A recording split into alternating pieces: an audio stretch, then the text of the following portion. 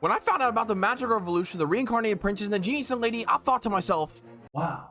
this is gonna be shit. But after watching the intro, I realized it's not bad, it's just extremely mid. And then I witnessed the Riz Lord herself in action. I came to the epiphany that this show is going to be lit as tits. But it's not just adorable anime girl sucking face, it's a hidden gem with a deep hard-hitting undertone hidden beneath a layer of gay girls that's been planting the seeds of greatness ever since the first episode, whether we knew it or not. I mean, yeah, the first episode was a bold statement with the crown princess being hidden away from the world and labeled a heretic, and she's also a high-ranking adventurer that kills monsters on her free time, and then she steals her brother's fiance as soon as he dumps her and frames her for attempted murder on his mistress. But the real genius of the first episode is actually how well it establishes who the characters are, the relationships with each other, and the world they live in. With just a 23-minute long episode, they were able to establish Honest as the bubbly big dreamer who gave up on inheriting the crown just to pursue her dreams and making magic available to everybody. And Allgard being set up to be the world's second choice for the crown, so he grows up resenting the sister and the father, lashing out, doing whatever he wants when he wants, forging his own path in life, forgetting all about them. Then Euphilia's the straight-laced goody two-shoes that's devoted her entire life to studying and becoming the perfect future queen, to have it all ripped away by Allgard and then given right back by Honest. So not only do we get a great depiction of the characters of this story, but we get to see how much the inheritance of magic means to the nobles, as they are literally hiding the crown princess away from the world as an embarrassment,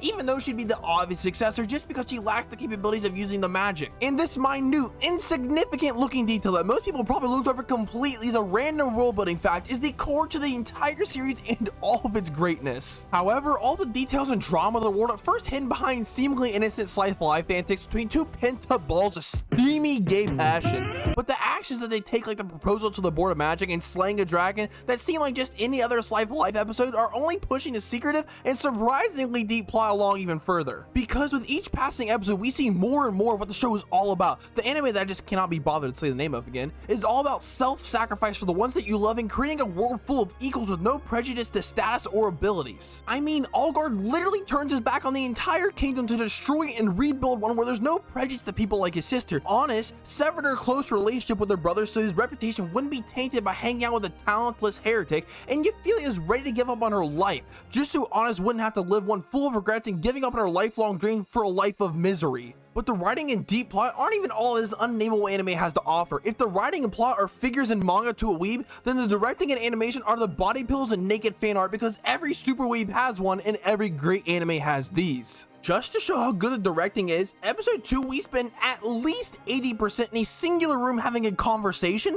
and it was fantastic. It didn't feel bogged down with boring dialogue or overwhelming the viewer with information, and this is partly due to some light humor, but also genius use of angles and slight movements, not giving a stale feeling to the scenery, and using actions to communicate things to the viewer instead of relying solely on words, and by doing this they're cutting unneeded dialogue out. And there's not much to say about the art and animation. It's not always shining super bright like Demon Slayer's crazy fight scenes, but when it matters, the show will make a spectacle for the viewer. Whether it's a life and death fight with the dragon, knocking some sense into your sibling, or saving your loved one, the atmospheres used and the abilities and effects are not only impressive to look at, but they match the atmosphere's energy, enhancing all of the feelings in the scenes. So the magical revolution, the reincarnated princess, and the genius young lady isn't the most insane story, but it's a hard-hitting bittersweet tale that is simply just executed to perfection, with more world building in one episode than other animes have in entire seasons, and director choices that adapt the source material to fit the anime mold perfectly, and great display of art and animation that's all wrapped into an anime that's not trying to be anything that it isn't, and that's really what made this show so good in the end. But if you enjoyed my reviews and reactions to the magical revolution, the reincarnated princess, and the genius young lady, then make sure you like, subscribe. It really does help me out, and let me know what you thought about it down below, and I'll see you guys in the next one.